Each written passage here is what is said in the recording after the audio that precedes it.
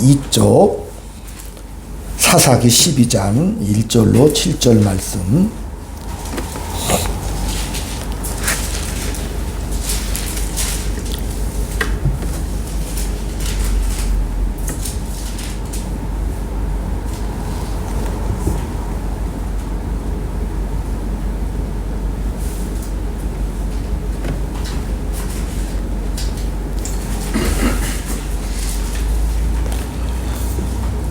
교독드립니다. 에브라임 사람들이 모여 북쪽으로 가서 입다에게 이르되 내가 암몬 자손과 싸우러 건너갈 때에 어찌하여 우리를 불러 너와 함께 가게 하지 아니하였느냐.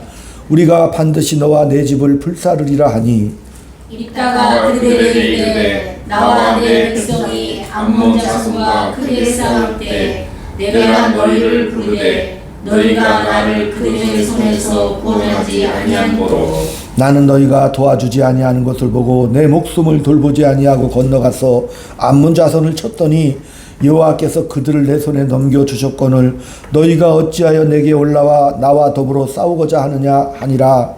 입다가 길앗 사람을 다 모으고 에브라임과 싸웠으며 길앗 사람들이 에브라임을 쳐서 무찔렀으니 이는 에브라임의 말이 너희 길앗 사람은 몰래 에브라임에서 도망한 자로서 에브라임과 므낫세 중에 있다 하였습니다. 길앗 사람이 에브라임 사람보다 앞서 요단강 나루턱을 장악하고 에브라임 사람의 도망하는 자가 말하기를 청하건대 나를 건너가라 하라 하면 길앗 사람이 그에게 묻기를 내가 에브라임 사람이냐 하여 그가 만일 아니라 하면 그에게 이르기를 십볼레시라 발음하였다 하여 에브라임 사람이 그렇게 바로 말하지 못하고 십볼레시라 발음하면 길앗 사람이 곧 그를 잡아서 요단강 나루턱에서 죽였더라. 그때 에브라임 사람의 죽은 자가 42,000명이었더라. 입다가 이스라엘의 사사가 된 지 6년이라 길앗 사람 입다가 죽음에 길앗에 있는 그의 성읍에 장사되었더라. 아멘.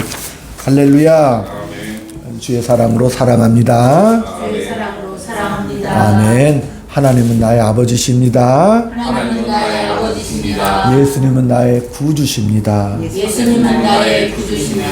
예수의 피가 나를 깨끗하게 하십니다. 예수의 피가 나를 깨끗하게 하십니다. 믿습니까? 아멘. 하나님은 우리를 예정하시고 우리를 택하셔서 끝까지 우리를 인도해 주시는 사랑스럽고 존귀하신 하나님 아버지십니다.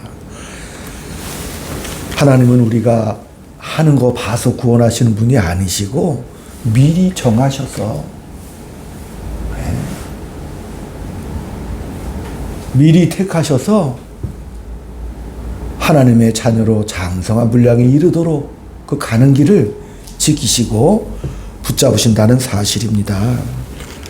하나님께서 성부, 성자, 성령 하나님께서 우주와 만물을 창조하시고 그 사랑으로 인하여 우리 인류를 창조하셔서 그 에덴 동산에서 아담과 하와가 하나님과 더불어 참으로 행복하고 다정한 그런 시간을 보내지요. 그러다 인간이 선악과를 먹고 타락을 하고 그 타락한 그 인류를 하나님께서 그냥 보내지 아니하시고 그들을 어떻게 해요? 다시 회복시키신다는 약속의 말씀을 주시고 또 믿음의 조상 아브라함을 택하여 그 백성들을 바다의 모래같이 하늘의 별과 같이 번성케 하고 복의 근원이 되게 하시겠다라고 구원의 놀라운 은혜를 베풀어 주셨고 또한 그 개인이 이제 애굽 땅 400년의 큰 세월을 통하여 민족을 이루게 하시고 그 백성들을 애굽에서 출애굽시키셔서 가나안 땅에 들여보내셨습니다. 종되었던 애굽에서는 자유가 없고 종이었기 때문에 그저 종이라는 게 뭐예요? 그냥 시키면 시키는 대로 하는 거지요. 그렇기 때문에 명예도 없고 지위도 없어요. 소유도 없지 않습니까? 자유가 없는 거지요. 그러니까 하나님께서는 종되었던 그 땅에서 구출해 내셔서 가나안 땅에 들어가서 거기서 뭐예요? 참된 자유인으로서 마음껏 너희들이 선택하고 마음껏 지위와 명예로운 삶을 살으라는 그런 은혜를 베풀어 주신 거지요. 그래서 이스라엘 민족이 가나안 땅에 들어갔습니다.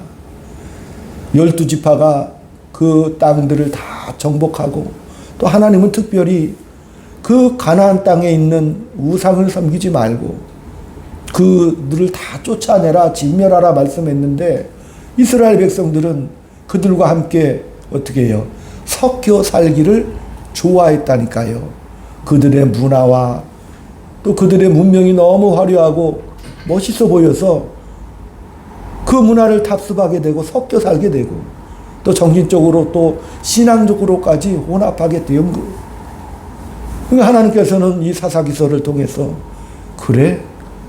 그럼 내가 그 이방 민족들을 너희들이 쫓아내지 않은 이방 민족들을 뭐예요? 옆구리에 가시가 되게 할 것이고 올무가 되게 할 거야.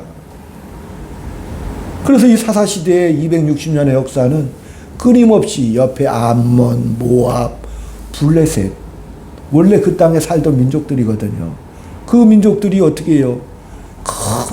이스라엘 백성들이 하나님 앞에 정신을 못 차리고 죄악을 범하고 그러면 또 그들이 또 침략을 해오지요.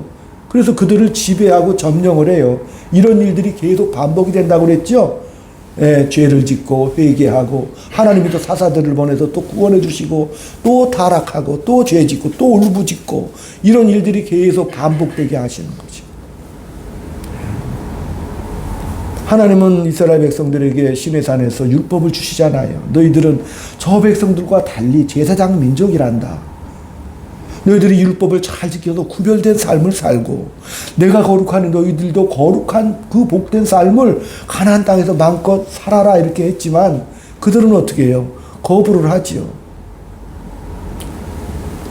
그들이 죄악을 범하여 정말 신음하면 또 하나님께서 그들을 뭐예요? 사사들을 통해서 또 구원해 주셔요. 왜? 내가 택한 내 자녀들을 버리진 않으시지요. 버리진 아니하시지만 그때마다 구해는 주시지만 뭐하라고? 그런 환난과 고난을 통해서 하나님이 누구신지. 왜 사람이 어려움 당하면 하나님이 누군지 절실해지는 거죠. 내가 누군지를 또 알게 되잖아요. 아 그렇구나. 우리가 하나님의 자녀였구나. 이런 위경징을 당할 때마다 어려움을 당하면 어떻게 돼요? 세상 것들이 야 이게 가치가 없구나. 이런 것들이 내 인생을 값지게 하지 않는구나라는 것을 헛되고 헛되다는 것 솔로몬처럼 깊이 각인시키고 깨닫게 되는 거잖아요. 그러니까 이 사사기를 볼 때도 이 지난번에도 뭐 기드온이나 뭐 삼손의 예를 통해서 봤지만 사실 이스라엘이 이것을 기록한 것은 담담하게 냉정하게 있는 사실 그대로를 기록했어요. 미화하지도 않아요. 왜? 사실 이 사사기는 이스라엘의 흑역사죠. 흑역사. 잘못된 역사라 그 말입니다. 왜 이걸 기록했어요?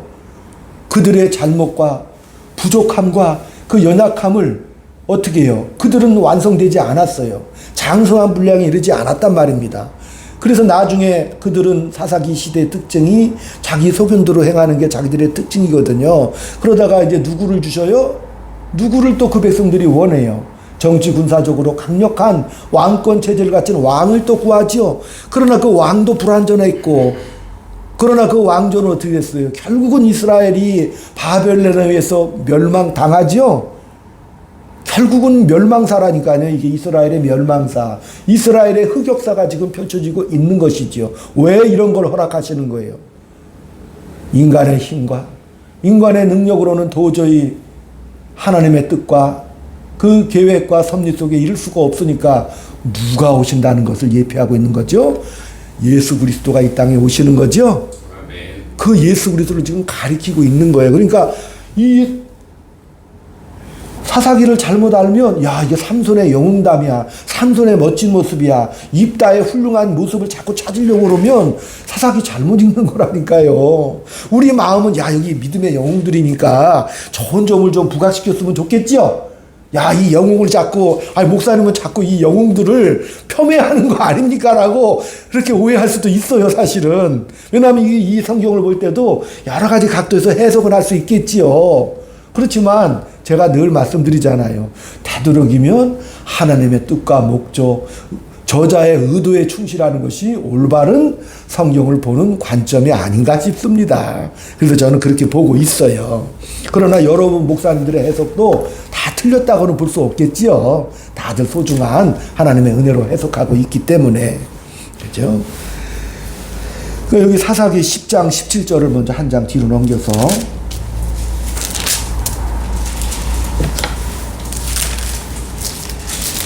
천천히 해보십니다.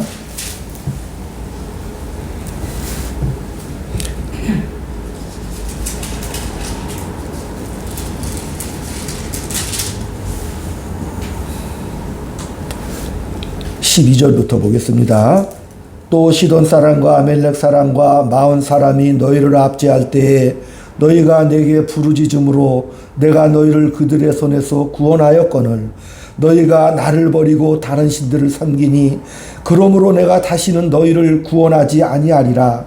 가서 너희가 택한 신들에게 부르짖어 너희의 환난 때에 그들이 너희를 구원하라 하라 하신지라. 이스라엘 자손이 여호와께 여쭈되 우리가 범죄하였사오니 주께서 보시기에 좋은 대로 우리에게 행하시려니와 오직 주께 구하옵나니 오늘 우리를 건져 내옵소서 하고. 이렇게 이스라엘 백성들이 하나님이 구해주고 나면은 어떻게 해요? 또 우상을 섬기고. 그러니까 하나님께서 뭐야?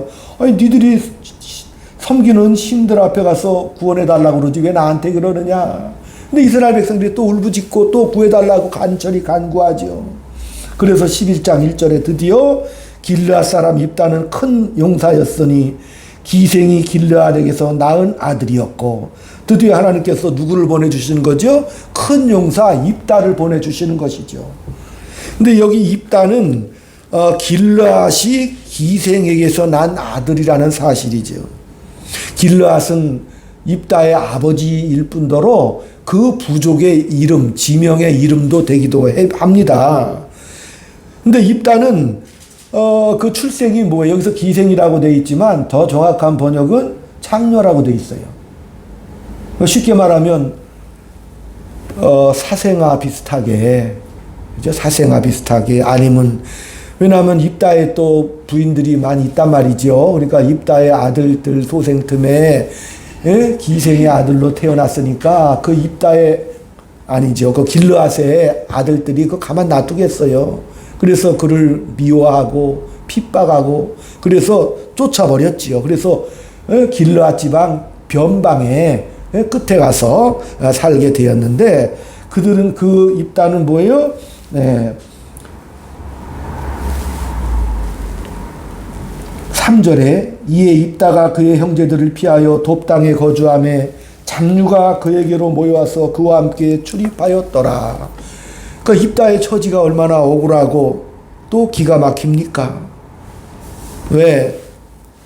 그가 기생의 아들로 태어나서 미움을 받고 구박을 받아 길르앗 사람들에게 쫓겨나잖아요. 얼마나 마음속에는 억울함이 많이 있겠고, 뭐 자기가 태어나고 싶어서 태어난 것도 아닌데 그렇게 억울하고 출생의 아픔을 겪고 또 잡류들과 어울렸다고 그러잖아요. 그 돕당에 아마 입다를 중심으로 여기 잡류라고 되어 있는데 이 잡류라는 해석은 뭐 깡패, 조직폭력배 뭐 이렇게 또 해석이 될 수도 있고 또 반대로 아무것도 없는 자 또 이렇게 해석을 할 수가 있어요. 잡류들. 그러니까 왜 그 다윗이 아둘람굴에 도망 다닐 때 어떻게 했어요? 온갖 잡것들이 다 모였다고 그랬거든. 다윗 주변에 불량배들 있잖아요. 그 당시 소외받고 갈 곳이 없는 사람들이 모였다고 그랬는데 아마 이 돕당에도 입다를 중심으로 온갖 잡류들이 다 모여 공동체를 이루었다라고 그렇게 볼 수가 있습니다. 자, 그래서 이 입다가 만만치 않은 인물이라는 것을 우리가 알 수가 있지요. 과연 이 입다를 정말 모범적인 인물로 볼 것이냐, 아니면 실패자로 볼 것이냐. 그러나 입다의 행적에서는 두 가지가 다 들어있다는 사실이죠. 우선 기억할 것은 굉장히 억울한 형편이라는 사실입니다. 신분 내내 이 신분을 뿌리칠 수도 선택할 수도 무슨 다른 대책도 없는 그런 인생에 묶이게 됩니다. 그죠? 입다 입장에서는 어디 뭐 갈 데도 없고 또 입다와 함께 했던 그 무리들도 다른데 갈 데가 없는 그런 처지에 놓인 사람들이라니까요. 근데 이제 암몬 자손이 이 이스라엘을 치러 와서 공격해 들어옵니다.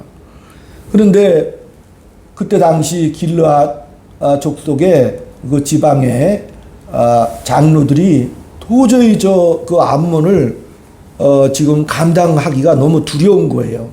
이미 암몬의 군대가 길르앗 북방에 쳐들어와서 진을 치고 있단 말이죠. 그러니까 싸우기는 싸워야 되는데 도대체 저 암몬 대군과 싸워 누가 이길 것인가 다들 겁먹었거든요. 그러니까 할 수 없이 뭐예요? 이 길르앗 장로들이 입다를 찾아가게 됩니다. 자기들이 그 일을 해결해야 되는데 그렇지 못하고 입다를 찾아가서 도움을 요청하지요. 다시 말하면 입다는 용사지요. 아마 잔류들과 어울리긴 했지만 대단한 무력을 소유했고 싸움에 능한 자가 아닐까 싶고 또 입다가요 나중에 암몬과 싸울 때 먼저 사신을 보내서 그들을 꾸짖고 서로 공방전 이렇게 심리전을 펼치는 거 보면 대단히 지략적으로도 뛰어난 인물로 짐작이 됩니다. 이 길르앗 장로들이 입다에게 당신이 우리를 도와서 저 암몬 자손을 무찌르게 해주면 우리들의 군대 장관이 되게 해주겠다. 우리들의 우두머리가 되게 해주겠다. 근데 입다가 아니 나와 상관없는 일인데 내가 왜 거기 끼어들어야 되느냐. 내가 왜 책임을 져야 하냐. 정말 내가 저 암몬과 싸워 이기면 나를 너희들의 군대 장관 우두머리로 삼아줄 거니 어떻게 믿냐. 그런 갈등이 생긴 거죠. 그러니까 그 길르앗 장로들이 하나님의 사심을 두고 맹세하노니 약속하겠습니다. 그러니까 이 장로들이 뭘 지금 말하는 거예요? 하나님의 사심을 두고 맹세했다 그러는데 이 길르앗 장로들이 믿음은 없지요. 믿음은 없는 사람들이요. 근데 그 당시는 뭐예요? 우상도 섬겼지만은 여호와 하나님도 섬겼지요. 그러니까 군사적으로나 많은 외적의 침입을 당할 때는 누구를 찾아요? 하나님을 찾는다니까요. 그러니까 이 아멘할 때가 아니야 타이밍이 지금. 왜냐하면 정체성이 막 흔들린다니까. 그러니까 제가 늘 말씀드리잖아. 필요할 때만 하나님을 찾는다니까. 그게 바로 여호와의 신앙이라니까요. 어떻게 해야 좋을지를 몰라 외적의 침입 앞에서. 그때 하나님의 영이 입다와 함께해서 뭐예요? 기꺼이 그 길에 나서게 되는 것이죠. 왜? 입다가 생각했을 때 아니 장류들과 어울려서 인생 그렇게 끝낼 수는 없는 거 아니겠어요? 각자마다 소중한 인생들이지요. 입다에게는 뭐예요? 선택의 기회가 주어졌죠. 합창설 기회가 주어진 거예요. 그래서 자기가 열심을 다해서 내가 이 일을 우리 민족을 괴롭히는 저 암몬을 부셔서 인생을 반전시키고 싶어 했던 거예요. 왜? 입다 스스로가 뭐예요? 출생의 아픔과 또 막 그 길르앗 사람들의 어떻게 해요?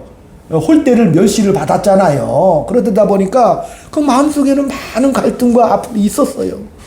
그러니까 어떻게 반전의 기회를 잡은 거잖아요. 그래서 어떻게 과감하게 하나님 앞에 드디어 이제 전선에 나서면서 하나님의 영이 함께 하시요. 막 기쁨이 넘쳤단 말이에요. 그래서 어떻게 해요? 하나님, 저 암몬 족속을 무찌르게 해주시면 제가 승리하고 성으로 돌아가는 길에 내 집 문 앞에서 나를 처음으로 맞이하는 일을 하나님 앞에 번제물로 드리겠나이다라고 아주 장엄하고 엄청난 서원을 하게 되는 것이지. 하나님 앞에 바치겠다라고 말한 거예요. 그러니까 이 서원에 대해서 많은 문제거리가 있고 또 이 승리는 과연 무엇을 의미하는가 깊게 생각을 해봐야 되는 것입니다. 하나님의 이름이 불려졌죠. 길리의 장로들에 의해서. 그리고 하나님의 영이 임했단 말이에요. 입다가 드디어 그들과 설전을 벌이고 작전을 펴서 하나님이 함께 하심으로 말미암아 암몬을 어떻게 해요? 그들의 20성읍을 함락시키고 끝까지 추격을 해서 암몬의 항복까지도 받아내는 거예요. 승리를 한 거죠. 근데 이제 입다가 승리를 주시면 뭐라 그랬어요 지금? 하나님 앞에 내 집 문 앞에 나를 처음으로 맞이하는 사람을 번제물로 드리겠다라고 서원까지 해버렸어요. 암몬의 입장에서는 인생 역전의 기회고 또 진실하게 서원을 한 것도 맞아요 사실은. 근데 이 서원이 뭐예요? 하나님이 싫어하는 거거든.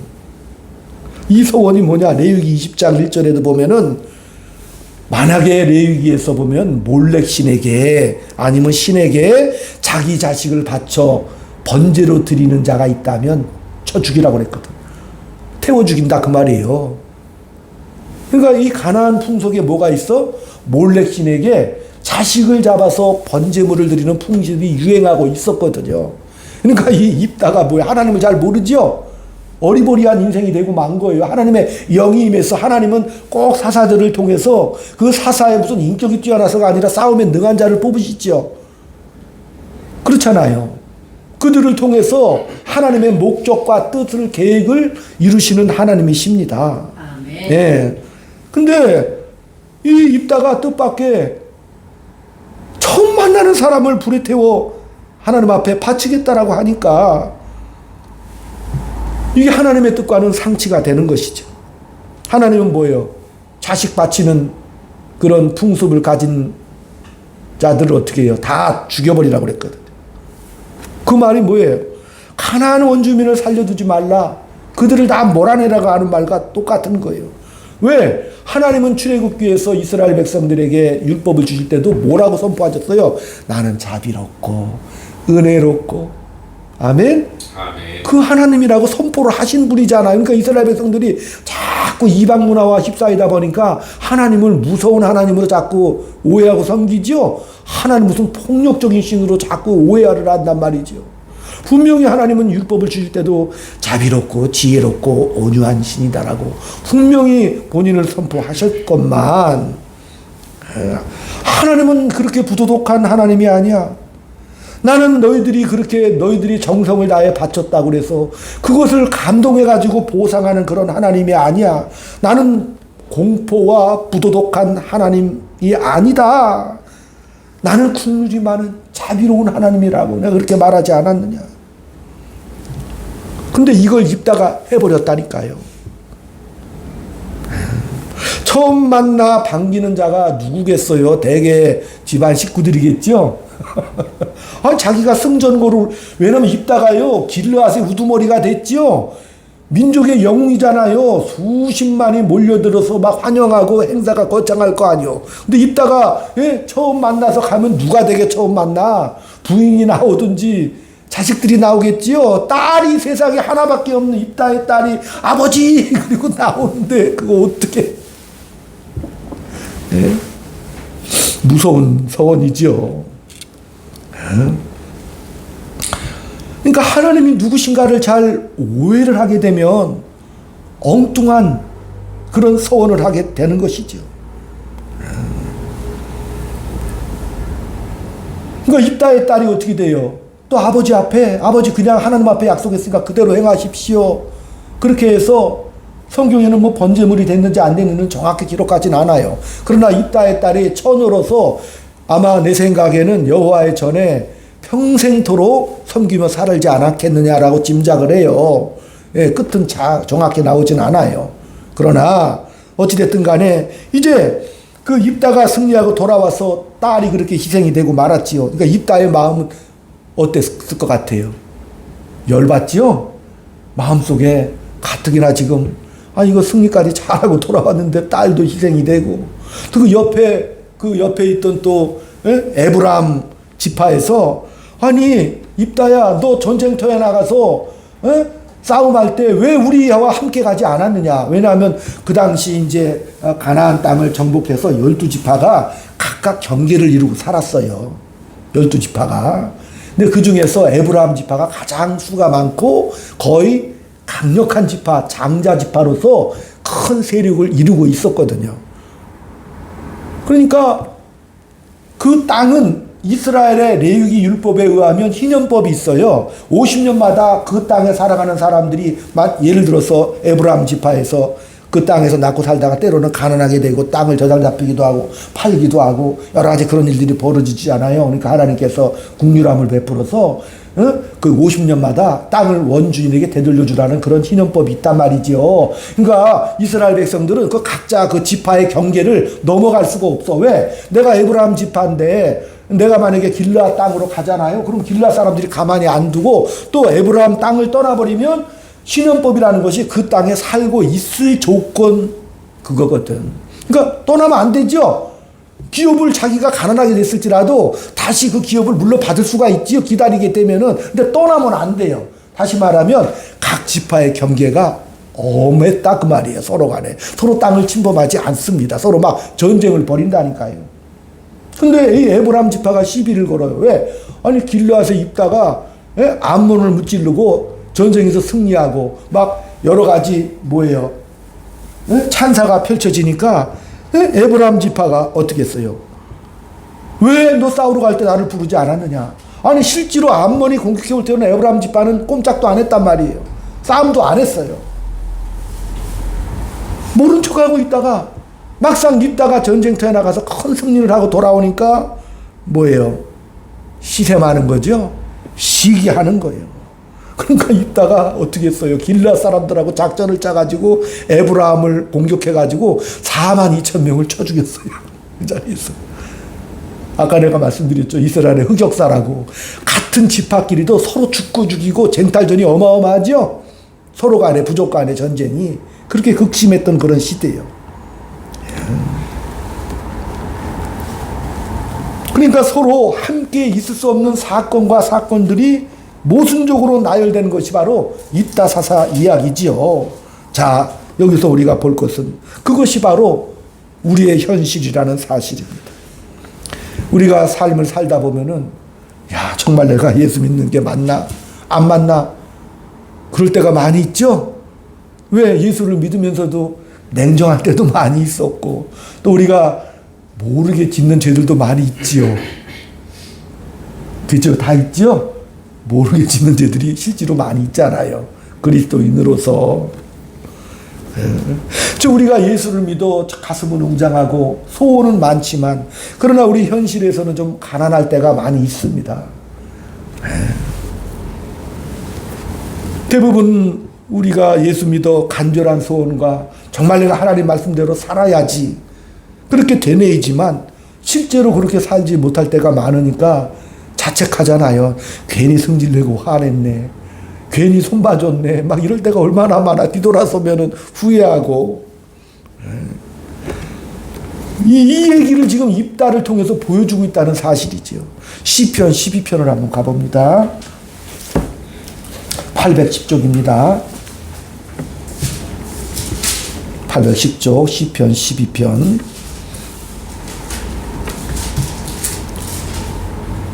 제가 봉독합니다. 여호와여 도우소서. 경건한 자가 끊어지며 충실한 자들이 인생 중에 없어지나이다. 그들이 이웃에게 각기 거짓을 말하며 아첨하는 입술과 두 마음으로 말하는도다. 여호와께서 모든 아첨하는 입술과 자랑하는 혀를 끊으시리니 그들이 말하기를 우리의 혀가 이기리라. 우리의 입술은 우리 것이니 우리를 주관할 자 누구리요 함이로다. 여호와의 말씀에 가련한 자들의 눌림과 궁핍한 자들의 탄식으로 말미암아 내가 이제 일어나 그를 그가 원하는 안전한 지대에 두리라 하시도다. 여호와의 말씀은 순결하며 흑도가니에 7번 단련함 같도다. 여호와여 그들을 지키사 이 세대로부터 영원까지 보존하시리이다. 비열함이 인생 중에 높임을 받는 때에 악인들이 곳곳에서 날뛰는 도다. 그러니까 이게 무슨 시냐면 신자의 인생들이요 언제나 진실하고 정말 감격스럽고 평탄하지 않다는 것을 말씀드리고 있는 거죠. 경건한 자가 다 끊어지고 모두가 교만하며 비열하며 악당들이 다 돼가고 있습니다. 온 세상이 그런 악당들로 가득 차 있습니다. 그들의 삶은 하나님 없는 것 같이 자기들이 어떤 세력을 잡고 권력을 잡으면 그것을 자랑하고 떠들고 아주 또 비열합니다. 근데 우리 하나님을 믿는 우리들은 그렇게 좋게 저들처럼 악착스럽지도 못하고 또 악당도 또 제대로 못해요. 그리고 또 비열하지도 못해. 예, 그렇게 힘이 없어요. 그럼 이제 우리들은 이 험한 세상에서 어떻게 살아가야 됩니까? 유다도 지금 그런 형편에 있는 거죠. 전선에 나가서 큰 승리를 거두었지만 시샘하고 시기하고 또 그 분노 가운데 또 에브라임 지파 4만 2천 명을 쳐 죽이고 그리고 사사 입다의 인생이 끝나잖아요. 이게 뭘 뜻하는 거예요 지금 도대체? 그 내면적인 의미가. 악인이 충만한 시대에 악당 노릇을 내가 제대로 할 실력도 없는데 우리 어떻게 되는 겁니까? 오늘 시편 5절에도 궁핍한 자들의 탄식으로 말미암아 이제 일어나 그가 원하는 안전한 지대에 두리라 하시도다. 그 탄식에 대해서 하나님께서 응답을 하시는 것이죠. 여호와여 그들을 지키사 이 세대로부터 영원까지 보존하시리이다. 여호와의 말씀은 순결하며 흑도가니에 7번 단련한 은갓도다라고 말씀해 주시는 것이죠. 그러니까 우리가 하나님 앞에 그런 처지를 당했을 때 진정으로 하나님 앞에 하나님이 우리를 보호해 주시고 인도해 주시고 또 왜 그런 일들을 겪게 하시는가? 흑도가니에서 7번 단련한 은같이 우리를 만드시려는 하나님의 의도라는 사실입니다. 그 여기 7번 흑도가니에서 7번 단련한 은갓도다. 그렇게 너희들이 인생을 살면서 다 평탄한 거 아니지 않습니까? 낙심하고 비명 질러보고 눈물 흘리지 않은 인생이 어디 있겠어 이 생에 살면서. 그러니까 우리가 남의 인생에 대해서 쉽게 말 못하죠. 각자가 인생이 파노라마처럼 이렇게 흘러가지 않습니까? 예. 함부로 남의 인생에 대해서 이래라 저래라 우리가 말할 수 없는 거예요. 왜? 나 하나 인생 살기도 너무 버겁고 벅차지 않습니까? 예. 그러나 하나님은 분명히 뭐라고 그랬어요? 낙심하지 말아라. 낙심하지 말아라. 하나님이 뭐예요? 알고 계시고 붙잡아 주신다는 사실입니다. 그 인생이 포기하지 말아라. 예? 많은 단련을 받는 와중에라도 그 속에서 뭐예요? 낙심하지 말아라. 입다가 지금 그런 인생을 살고 있었다라는 것을 말하고 있는 거죠. 그러나 억울하고 비통해요. 아니 자기가 길르앗의 장관이 됐어요. 우두머리가 됐어요. 그러나 자기 하나밖에 없는 딸이 어찌됐든 희생은 당하게 됐죠. 그 마음속에 뭔 감사가 있고 기쁨이 있고 낙이 있고 기뻤겠어요. 또 에브라임 지파와 싸워서 얼마나 성질이 났으면 그들을 다 그냥 4만 2천 명이나 몰살을 시켰겠어요. 왜 이렇게 심각한 싸움이 돼버리고 말았을까요? 뭐야? 입다의 마음을 지금 표현하고 있는 거예요. 그만큼 성질이 났고 인생이 비통해서 그런 일들이 벌어지게 된 거잖아요. 그러나 입다는 뭐예요? 사사 아닙니까? 또 입다도 11도 11장에 보면 입다, 삼손, 드보라 다 나오죠? 입다도 명예의 전당 있죠. 천국 백성의 단단한 위대한 신앙 선조 이름이 당당히 기록되어 있다는 놀라운 사실이죠. 입다도. 예. 입다가 사사 노릇할 때 자기의 인생을 다 알지는 못했어요, 솔직히. 도대체 순간순간마다 하나님의 영이 임할 때는 용사가 돼서 적들을 물리치지만, 그러나 자기 인생으로 봐서는 딸 희생당해, 에브라임 집과 싸워 서로 미움과 다툼과 시샘 속에 인생이 맞춰지게 되잖아요. 네. 자랑할 만한 인생도 아니었고 자랑할 것도 없잖아, 입다는. 그런데요, 이 입다의 인생이 우리에게는 뭐가 되는 거예요? 위로가 된다는 사실입니다. 하나님이 뭐예요? 그 입다를 품에 안고 끝까지 붙잡고 계신다는 사실에 위로받으시기를 축원드립니다.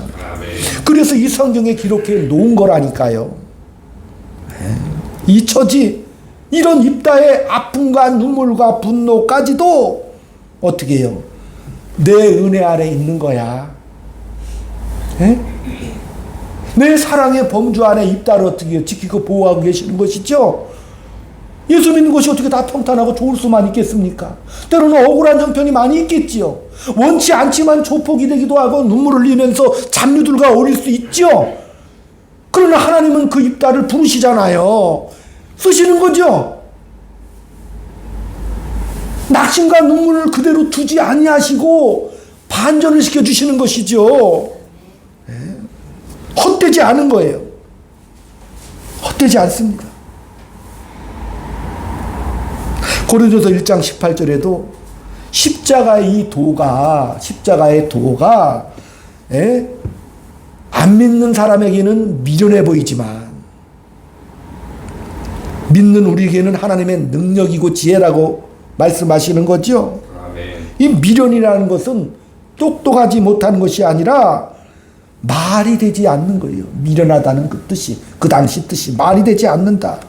이 십자가는 말이 되지 않아요. 반전입니다. 우리가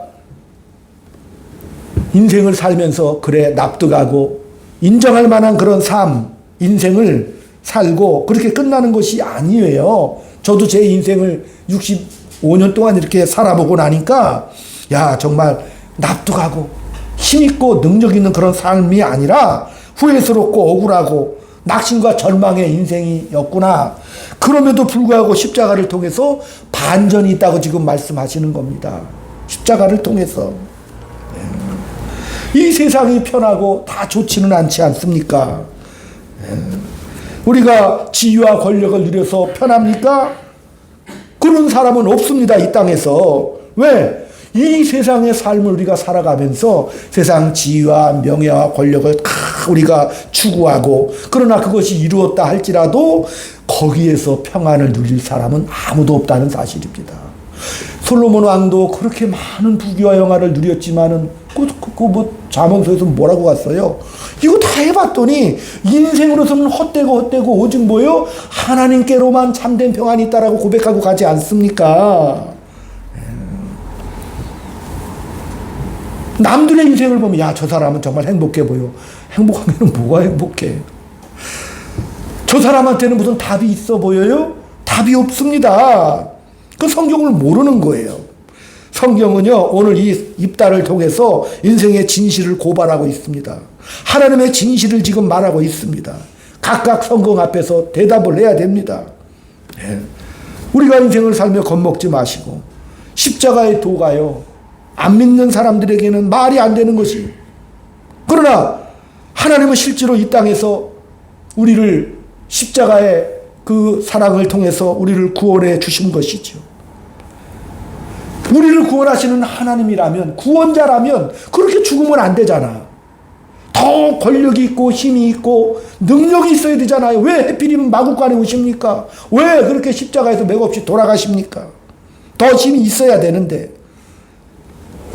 그런데 하나님은 그 방법을 통해서 저와 여러분을 구원해 주셨습니다. 그리고 전도에 미련한 것이라고 말씀해 주셨다는 사실입니다. 우리 하나하나 그 모든 인생 하나님께서 우리를 빚어가신다는 사실입니다. 한 사람 한 사람을 그대로 놓지 아니하시고 붙잡아 주신다는 사실을 알기 때문에 겁내지 마시고 조바심 내지 마시기 바랍니다. 각각의 인생을 잘 살아가십시오. 때로는 우리가 입다처럼 어찌할 수 없는, 어쩔 줄 모르는 그 분노와 눈물 속에서, 그 속에서도 하나님은 그 눈물이 변하여 뭐가 되게 하시는 거예요? 찬송이 되게 하시는 거죠. 눈물이 변하여 찬송이 되게 하십니다. 그렇기 때문에 걱정하지 말아라. 이 땅에 우리 예수님 오셔서 십자가의 도를 펼쳐 주셨습니다. 예수님이 완성해 주신 거예요. 삼손의 부족함, 입다의 그 처절함, 아픔, 그것도 누가 완성해 주시는 거예요? 예수님이 완성해 주시는 것이죠. 하나님이 다 품어 주시잖아요. 구약은 그림자라고 그랬잖아요. 신약은 실제니까. 다시 말씀드리면 우리의 하나하나의 인생과 삶이 신비한 하나님의 지혜와 능력 안에 있다는 사실입니다. 그러므로 입다 읽고 나서 어떻게 해석하느냐 고민하지 마시고, 야, 입다라는 사람이 옛날에, 그죠? 3,000몇 년 전, 3,000년 전 사람 아니에요, 입다. 2,000년 전 사람 참. 그죠? 그 입다가 이렇게 살다 갔구나. 입다라는 사람이 분하고 억울했지만 하나님의 은혜 가운데 영광의 전당에 이름이 기록된 위대한 삶을 살았단다. 내가 살다가 나의 현실도 나만 이렇게 고통당하고 어려움당하는 게 아니죠. 나만 당하는 게 아니죠. 이미 성경에 입다도 경험했고 삼손도 경험했고 드보라도 경험했지 않습니까? 아, 이게 나만의 잘못이 아니구나. 지금 내가 이 현실을 살아가는 것은 뭐예요? 희망이 있구나. 소망이 있구나. 그래서 입다가 등장했고 이스라엘 사람들이 고맙게도 이 역사를 성경에다가 기록했다는 사실입니다. 우리가 살다 보면 한숨도 있고 내가 아무것도 아닐 것 같은 그런 삶이 있죠. 입다 아무것도 아닌 사람이라고 그랬잖아요. 잡류들과 어울렸다고 그랬잖아요. 그러나 아무것도 아닌 나라도 하나님께서는 하나님의 놀라운 은혜와 사랑으로 나를 붙잡고 일하고 계신다는 사실입니다. 하나님이 나를 놓지 않고 있다는 사실입니다. 이걸 모르면 감사도 없고 넉넉함도 없고 부유함도 없습니다. 왜? 그럴 틈이 없으니까. 그 하나님의 인도하심을 우리가 알고 깨닫고 생각한다면 우리의 인생은 뭐예요? 너무나도 소중한 인생이 되는 거예요. 입다처럼 뭐예요? 승리로 우리가 마무리할 수밖에 없는 인생이라는 사실을 믿으시기 바랍니다. 그렇기 때문에 걱정하지 마라. 내 인생 아무것도 아닌 그런 인생일지라도 내 인생을 내가 함께 하니까, 여호와 여기 함께 하니까 명예와 영광의 찬란한 기회로 삼아라. 이렇게 말씀하시는 거예요. 네, 그 기회를 꼭 삼으시기를 축원드립니다. 욥기 1장 6절에도 보면 사단이 두루 돌아다니다가 하나님 앞에 왔습니다. 하나님께서 너 왜 이렇게 땅을 그렇게 미친 듯이 돌아다니고 있느냐? 내 종 욥을 주의하여 봤느냐? 욥처럼 그렇게 경건하고 의로운 사람이 없느니라. 아이고, 사단이 말합니다. 하나님이 복 주셔서 잘되게 해주시니까 욥이 하나님을 잘 섬기지 않습니까? 하나님이 울타리를 보호하시니까 잘 되지 않습니까? 그러니까 하나님께서 그래, 그러면 나랑 내기하자. 너 욥의 생명을 건드리지 말고 한번 쳐봐라. 그러니까 사단이 가서 치지요. 하나님이 사단하고 내기를 걸지 않습니까? 욥이 많은 환난을 겪습니다. 욥이 억울한가요? 아니죠. 하나님이 내기 걸 만큼 명예로운 존재지요. 창조주 하나님께서 내기를 걸 만큼 이렇게 명예로운 존재. 하나님이 욥의 인생을 딱 붙잡으시고 명예와 기회를 주시는 거죠. 그만큼 하나님이 그를 간섭하시고 사랑하신다는 사실입니다. 욥의 인생에 하나님의 명예를 거셨습니다. 우리 사모님 오늘 비행기 타고 또 필리핀에 금요일까지 정말 필리핀 오지에 가서 여자 목사님들과 함께 선교 팀으로 참석해서 뭐 호텔에서 뭐 여행하는 것이 아니라 오지에 가면 그렇게 힘들대요. 거기서 교회에서 자고 먹으면서 그 주변의 필리핀 사람들에게 복음을 전하고 물품을 준비하고 뭐 쌀도 나눠주고.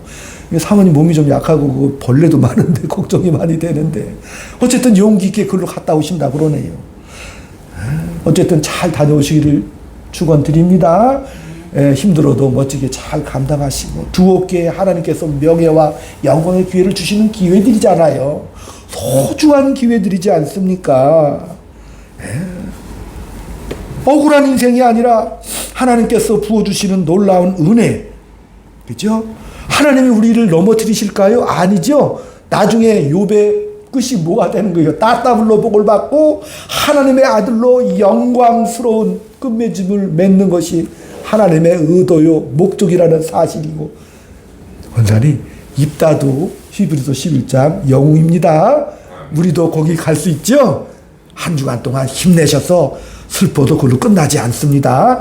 위대한 인생 되시길 주의 이름으로 축원드립니다. 기도합니다. 아버지 하나님의 은혜와 사랑 감사드립니다.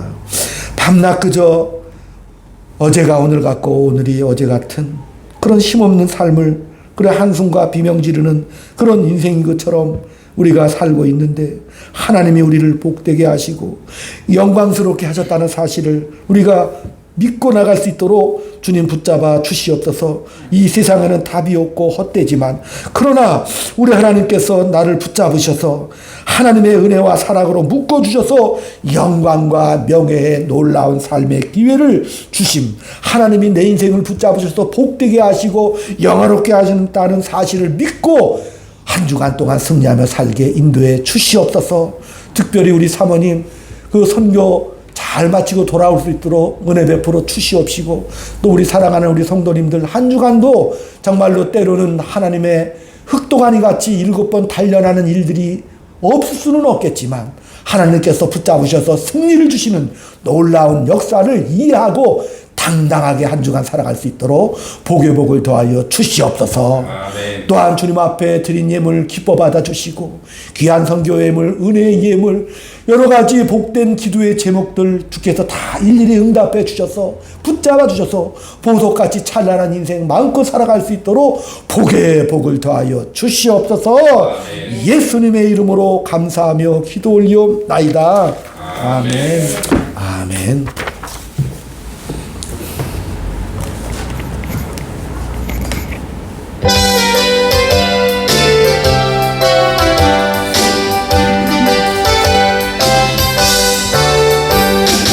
내가 예수 믿고서 죄사함 받아 나의 모든 것 다 변했네.